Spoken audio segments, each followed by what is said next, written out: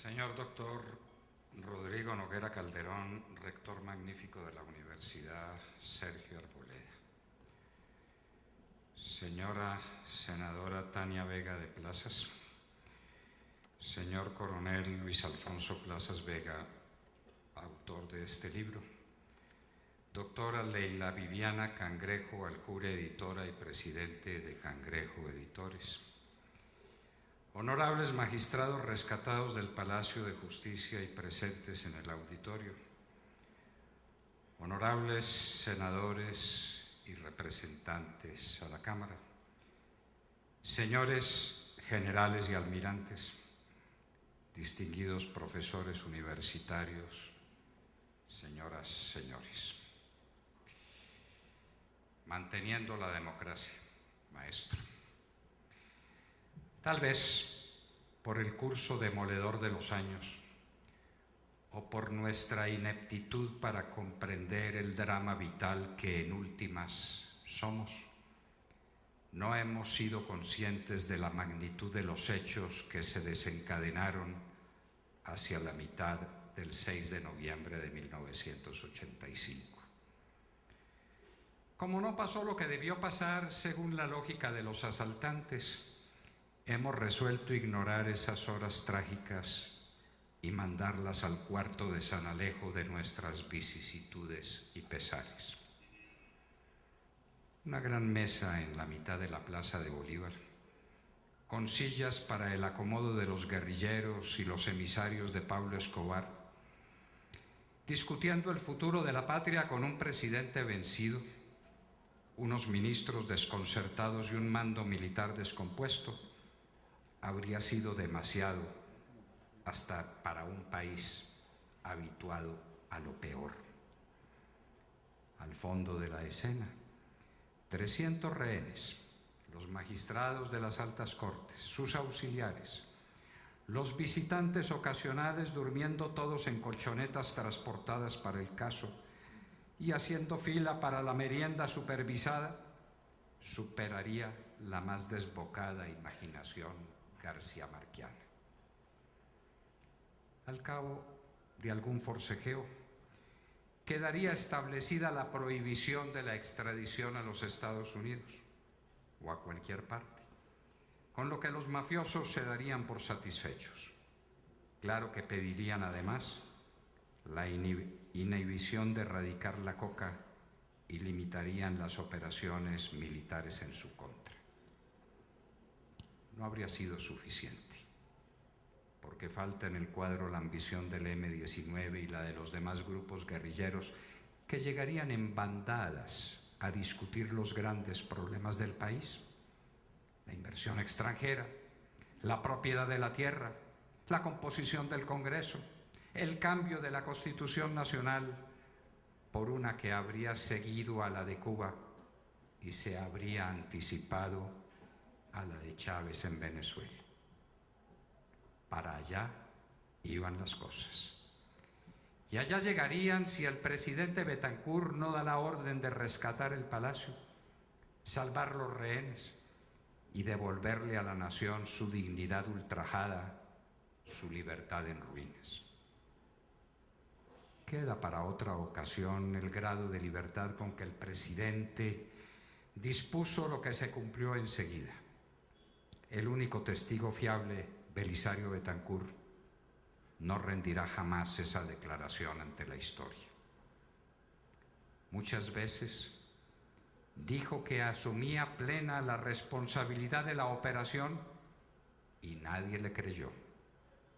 Tanto que los procesos ulteriores se dirigieron contra los que cumplieron sus órdenes y nunca contra quien las impartió. Lo cierto es que en medio de tan adversas circunstancias el mando militar cumplió su deber y salvó la República. El palacio sería rescatado por asalto contra un grupo poderosamente armado, dueño de posiciones de ventaja, jugando a su favor la sorpresa del golpe y el enorme problema de los rehenes. Jamás olvidaremos el espectáculo de los blindados en posición de combate, ni el inicio de un ataque desesperado, casi suicida. Ni se borrará de la mente el cuadro dantesco de los incendios y de tanto en vez el minuto emocionante de los que podían ser rescatados por las tropas para recobrar su libertad. Lo que pasó al interior de aquel infierno está dicho en este libro, que ha resuelto escribir el comandante de aquellas jornadas dolorosas y sublimes. Nuestros muertos vivirán para siempre en nuestros corazones y los centenares que vivieron no han podido contar mucho. Tan corta era su perspectiva, tan lacerante su condición. En estas páginas quedan resueltos todos los enigmas y desnuda la verdad escrita con sangre que es espíritu, según la frase inmortal de Nietzsche. Pero no quisimos aprender. Hemos sido inferiores al legado de los que entregaron su vida por la justicia y al de quienes lo arriesgaron todo por salvarnos. 31 años después, estamos arriando las banderas ante los traficantes de la cocaína y comprometiendo el porvenir de Colombia en una mesa infame de negociaciones claudicantes. Ni aprendimos ni aprovechamos la victoria, bien se ve. No intentaré ante ustedes la perversa tarea de contarles lo que está dicho en estas páginas del libro. La mejor manera de matarlo sería resumiéndolo, que si de eso se tratara, el autor hubiera escrito el resumen y se habría economizado el libro. A lo que voy, tomándome la licencia de su tiempo y la generosidad de su atención, es a ensayar algunas reflexiones a propósito de la manera como hemos celebrado esa gesta. Triste y dura tarea, como se verá. Empecemos por describir el trato que le dimos a los actores de este drama esquiliano y veremos, para nuestro pasmo y para nuestra vergüenza, que hemos terminado por otorgar a los asaltantes cuanto quisieron y nos parece que mucho más. La mafia que pagó por asesinar a nuestros jueces ha logrado de sobra lo que soñara cuando compró los armamentos y financió todo el aparato montado para su provecho. Quería evitar la extradición y Santos dio la orden de no extraditar narcotraficantes. Eso desde hace mucho tiempo. Quería que no se atacaran sus cultivos y con la ayuda de Santos ha conseguido quintuplicarlos. Buscaba quitarse de encima la amenaza militar y Santos prohibió los bombardeos y con el cese al fuego les ha permitido trabajar tranquilos. Asesinó por el uso apacible de sus bienes y de la extinción de dominio no quedó nada, apenas el recuerdo. En sus mejores sueños vio abiertos a su favor los paraísos fiscales y tiene a su disposición los paraísos fiscales, los refugios fantásticos que les ofrecen Noruega y Suiza, los primeros. Quizás en sus noches más febriles se vieron estos criminales libres de la obligación de indemnizar a sus víctimas y los acaban de condenar a la pena de reemplazar el dinero de las reparaciones por discursos majaderos. La mafia ha conseguido, después de perderlo todo, ganarlo todo. Nos ha convertido en un narcoestado que el habitante de la catedral no anticipó ni en sus rumbas más candentes, ni en sus mejores jornadas futboleras, ni cuando disponía de espacio para juzgar sus cómplices desleales y para matarlos y cremar sus cuerpos. Lo de hoy está mucho mejor que todo aquello. Por catedral le dieron el país entero. A la guerrilla, si cabe, le ha ido mejor. La mesa no quedó instalada en la mitad de la Plaza de Bolívar, aunque, quién sabe. Los cambuches que desafían la Catedral Primada, el Palacio de Justicia, la Alcaldía y el Capitolio, que Santos visita asiduamente, ¿no son parte de la mesa? Se le han dado en regalo 6 años de notoriedad ante el mundo.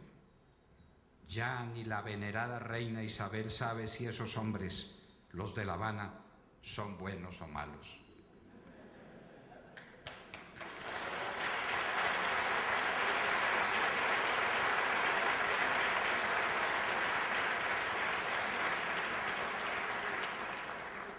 Pobrecita, cualquiera se confunde. Sus embajadores le contarán que los tipos de Cuba hablan todos los días por la radio y los muestran en la televisión, y sus fotografías adornan los periódicos, mientras a un militar inicuamente preso no lo dejan hablar nunca. Vaya si lo sabemos. Desde enero de este año estamos pidiendo licencia en la hora de la verdad para salir al aire con el general Rito Alejo del Río o con el coronel Hernán Mejía Gutiérrez. Nuestra petición sigue en trámite. ¿Cuánto tarda un colega nuestro para perorar en compañía con cualquiera de esos sujetos que tienen a cuestas sentencias superiores a los 400 años de prisión? Ni un minuto, claro. ¿Se soñaron gozar de ese favor los asaltantes del Palacio de Justicia? Ni en sus minutos del más exultante optimismo. Para transportarse de un frente a otro y visitar sus compinches, la guerrilla ya no tiene que caminar. Los lleva y los trae la Cruz Roja Internacional en paseos de avión y helicópteros que acabaremos de pagar con la próxima reforma tributaria. El país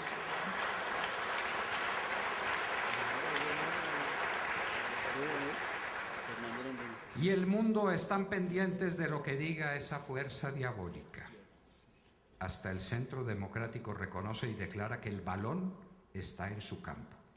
Y eso, después de haber perdido el plebiscito. ¿Qué tal que lo hubiera ganado?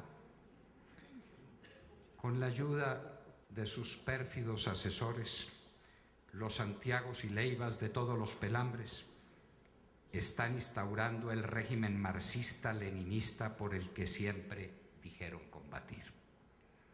Los colombianos, tan ocupados en el empeño por sobrevivir con medio salario mínimo o por mantener una empresa que soporta el 75% de carga tributaria sobre sus provechos, no han tenido tiempo de leer el manifiesto de las FARC en los llanos del Yarí muy pocos días antes del plebiscito del 2 de octubre.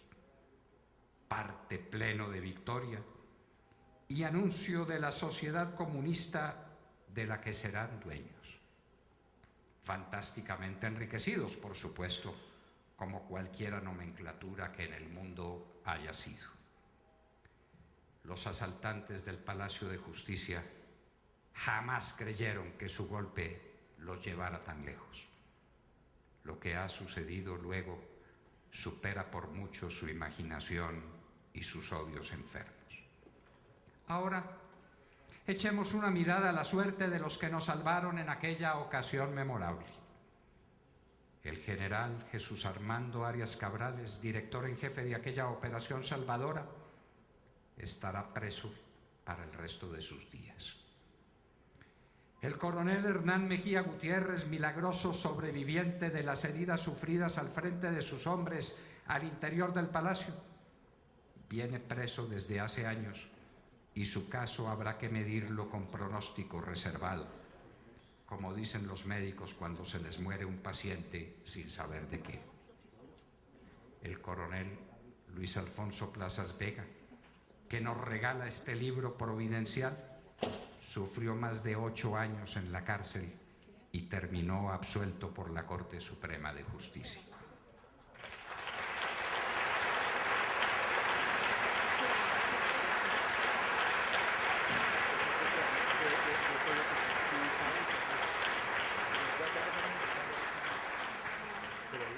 Y como si no fuera bastante, una corte ha ordenado al ejército y a la policía que pidan perdón por los hechos del Palacio de Justicia.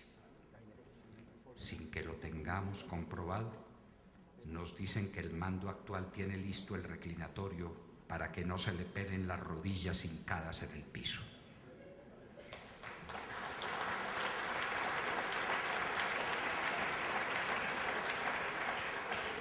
Un país así, amigos del alma, no tiene derecho a sobrevivir.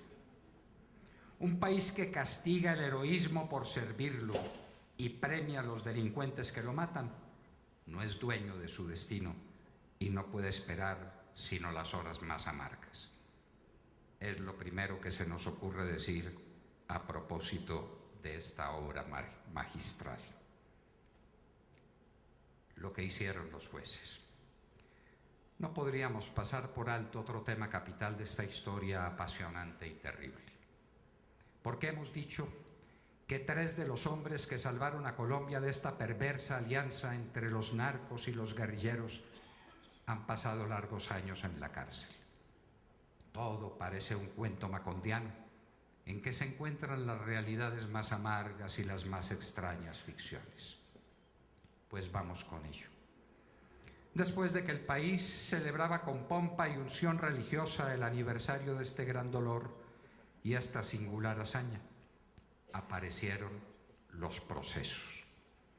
Y es aquí donde nos sale al paso una injusticia siniestra que se entremezcla con nauseabundo negocio.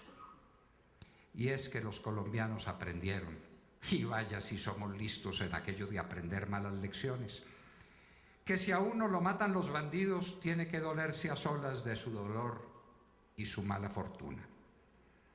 Pero que si puede convertir la tragedia en un crimen de Estado, surge en el horizonte el brillante espacio de inmensa reparación que pagamos entre todos los colombianos. Ya volvimos crimen de Estado el espantable de Luis Carlos Galán. Estamos haciendo tales todas las muertes de los miembros de la Unión Patriótica y vamos avanzando en la misma línea con el de Jaime Garzón. Lo del Palacio de Justicia no sería distinto. Había que encontrar un camino que llevara a algunas víctimas al paraíso de una gran lotería. Así que surgió la invención de los desaparecidos. Basados en las imprecisiones de películas tomadas sin preparación ni profesionalismo para captar las desgarradoras escenas de la liberación de rehenes, surgió este asunto. Un grupo particular de las víctimas, el que laboraba en la cafetería del palacio, habría salido con vida y después asesinado por las tropas que comandaban Arias Cabrales y Plazas Vega. ¿Por qué y para qué matar estos humildes servidores del palacio? Eran preguntas que se perdían en el vacío. Pero no importa. Para montar la película bastaba con reconocer el inconfundible y característico trasero de una señora, o el caminado sin parangón de un señor, o la parte posterior de la cabeza de otro, o el vestido que llevaba este o aquella y cuyos colores no olvidaron los parientes en los 20 años posteriores. ¿Y quién discute cómo era el ropero del que no volvió? El descubrimiento tan tardío pero tan contundente de los parientes que reclamaban necesitaba algo más que su denuncia febricitante e interesada. Un testigo falso, un fiscal acucioso o un juez descuidado, por ejemplo. La parte novelesca de este libro se ocupa de la manera como su autor, con tanto tiempo disponible y con tan grave cosas en juego, se dedicó a encontrar entre folios y declaraciones a los desaparecidos. No les digo nada nuevo cuando revelo que los encontró. El resto, y lo que más importa ahora, es que a pesar de tamaño descubrimiento, Arias Cabrales sigue preso y casi por casualidad Plaza se salvó de haberlo estado el resto de su vida. Tenemos que hablar con frecuencia insoportable de los testigos falsos. Claro que aquí los hubo y en grande escala, pero confesamos que más que dolernos de que haya gente perversa, que para ahorrar cárcel o ganar dinero diga embustes, nos sorprende y repugna que haya jueces que resuelvan creer sus falacias. Porque un testigo falso supone un juez venal, prevaricador o incompetente. Una buena crítica del testimonio, para la que no serían indispensables Mittermeier o Carneluti, destruirían la canalla tentativa. Casi siempre, y vaya el casi por precaución, el testigo falso funciona porque el juez quiere creerle. De modo que la terrible cuestión de los testigos falsos es pálida y casi despreciable ante la que suponen los jueces ineptos o desviados. En el caso de autos, como decimos los abogados en nuestra jerga, contra plazas hubo por lo menos 2 empeñados en sostener la tesis de los desaparecidos. Un tal Gámez Masuera, antiguo policía, dijo tanta estupidez y se contradijo tantas veces que fue desestimado por estos jueces. El otro, un tal Tirso Sáenz, con muchos años por delante en la cárcel de Cómbita, se enfureció cuando no le cumplieron y escribió una carta iracunda en la que recordaba toda la tramoya y amenazaba con revelarla. Pero la misiva quedó en el expediente y el abogado de Plazas Vega pudo recuperarla. ¿Qué pasó? Nada. Aquí no pasa nada. El temible investigador en que se convierte un preso, el que escribió este libro, supo dónde estaban los cadáveres de los supuestos desaparecidos. Pidió, suplicó, clamó porque fueran exhumados y nada. Solo ahora, después de tanta peripecia, se han venido a descubrir. La última fue la señora Luz Mari Portela León, que finalmente descansará en paz en tumba que sea la de ella. Otros restos siguen esperando la compasión del fiscal para que así movido imparta la orden de exhumación. Y van corridos 31 años. Pero el premio mayor de este acertijo lo gana la diligencia que se habría cumplido en la Escuela de Caballería del Ejército en Bogotá. Allá, la fiscal Ángela María Buitrago, lamentable personaje de este drama, encontró un dicharachero y bien informado testigo, el cabo Villamizar. Villamizar sería entonces el testigo estrella, la pieza que faltaba en el mosaico. Pues asómbrense ustedes que un consagrado periodista encontró a Villamizar y le pidió la verdad plena sobre su testimonio, y descubrió que el testimonio nunca se produjo y la diligencia fue invento puro de la fiscal Buitrago. El cabo no estuvo en Bogotá para los días del asalto y mal podía oír al coronel Plazas dando la orden de matar o colgar a los tales por cuales que desaparecieron. Y lo más escalofriante de la historia, jamás estuvo en la Escuela de Caballería en la diligencia ultrafamosa. Lo declaró así en la Procuraduría General de la Nación. Lo repitió bajo juramento ante los jueces y aseveró sin sombra de duda que la firma del acta no era la suya. Para comprobar la falsedad, bastaba un dictamen grafológico elemental con el cotejo de las firmas de Villamizar en su carrera militar, con la que aparecía suscribiendo la prueba reina de la fiscal Buitrago. Han pasado varios años. Villamizar tuvo a mal morirse y no apareció el perito grafólogo. La señora Buitrago no solo está libre, sino que al paso que vamos, después de cumplir delicada función en México, de donde salió expulsada, es firme candidata para integrar el Tribunal Especial de Paz pactado con las FARC. Se pregunta el más simple, ¿cómo puede funcionar así la justicia colombiana con fiscales como Ángela María Buitrago y jueces como los que, debiendo conocer y castigar su impostura, se mantienen en silencio? Pues esa justicia tenemos y esas garantías se ofrecen a los que terminarán empujados al Tribunal Especial de Paz. Con razón, pues, que Arias Cabrales estará preso el resto de su vida, que sigue encarcelado el coronel Mejía Gutiérrez y que el suplicio del coronel Plaza se extendió por 8 años. A la justicia de este país hay que extirparle el tumor canceroso de la politiquería. ¿Cuándo volverán a ser todos nuestros magistrados como Hermens Darío Lara Acuña, que después de casi 2 años de estudiar el expediente de Plazas redactó una ponencia impecable que por supuesto lo absolvía? Sus 2 colegas de sala a las volandas redactaron la sentencia condenatoria de segunda instancia que los deshonraría para siempre. Palabras finales.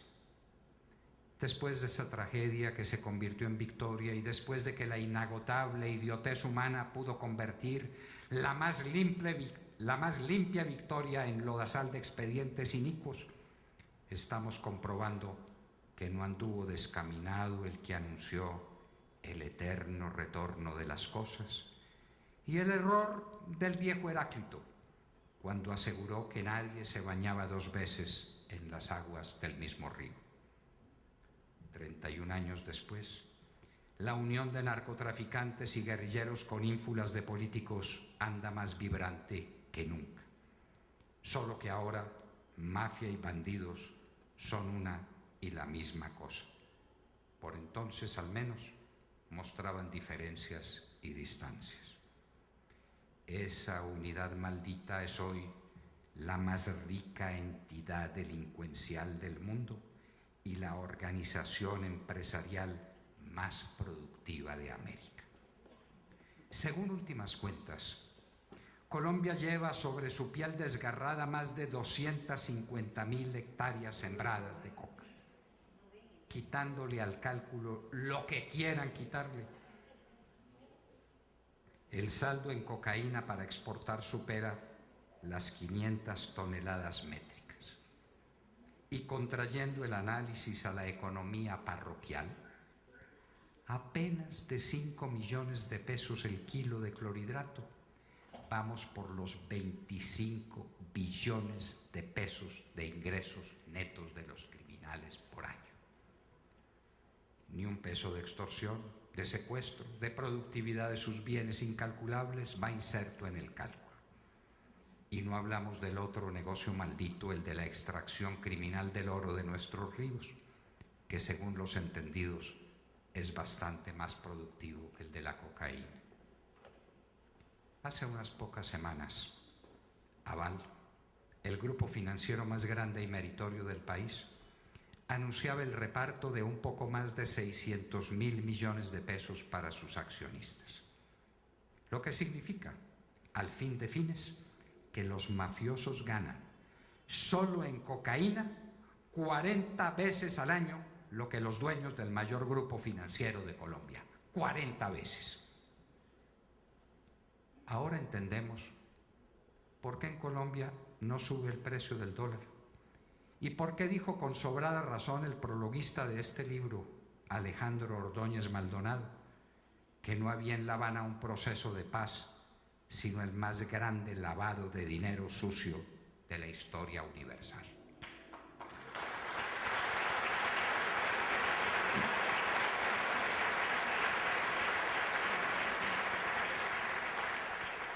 Por supuesto que los bandidos no tienen un peso y que sus víctimas no serán reparadas sino con lo que llaman la verdad y la garantía de no repetición.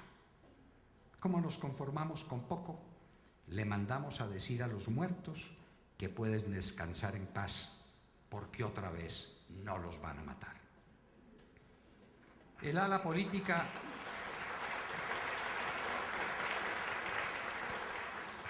del negocio está más próspera que nunca, como ya dijimos, tanto que hasta su santidad el Papa Francisco le muestra consideración.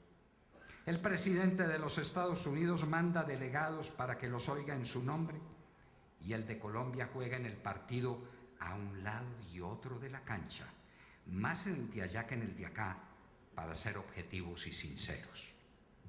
Mejor no les podía marchar las cosas. La justicia ya no muerde solo a los de Ruana, como en otro tiempo se dijo, sino que muerde de preferencia a los de camuflado. Esa descomposición del aparato judicial la entiende el país, que cuando le preguntan contesta, repetido en todas las encuestas, que anda más desprestigiada esa justicia que el Congreso y los partidos políticos. Todo tiene su causa y se me permitirá una digresión cuando yo las voy a dejar en libertad de mi discurso. Y ella es que pasadas las jornadas de noviembre de 1985, la Corte sobreviviente había cooptado como magistrados de la Sala Constitucional a Enrique Lou Murtra, Gabriel Melo Guevara, Álvaro Tafur Galvis y Jaime Vidal Perdomo. Nuestra mala estrella alumbró dificultades personales e insalvables para todos ellos, los más eximios maestros del derecho público en Colombia. Desde entonces, en las Cortes juegan los suplentes, sobre todo a partir de que el Consejo Superior de la Judicatura se empeñó con éxito en consagrar a la mediocridad como pauta y medida de sus nombramientos y escogencias. Al lado de unos pocos eximios juristas que se cuelan por las rendijas del sistema, la mayoría ha permitido que se impongan como héroes los falsos testigos, que la Constitución sea la más violada hembra de Colombia y que nos llenemos de presos políticos como los campos de maleza cuando el machete y el Roundup no se compadecen de ellos. Y así seguimos nuestra penosa marcha por la historia, que bien pudiera ser feliz y rutilante si con más frecuencia aparecieran hombres como Luis Alfonso Plazas Vega y libros como este, Manteniendo la Democracia, Maestro, que queda en nuestras manos mientras le abrimos el nicho que merece en la mente y el corazón de cada uno de nosotros. Muchas gracias.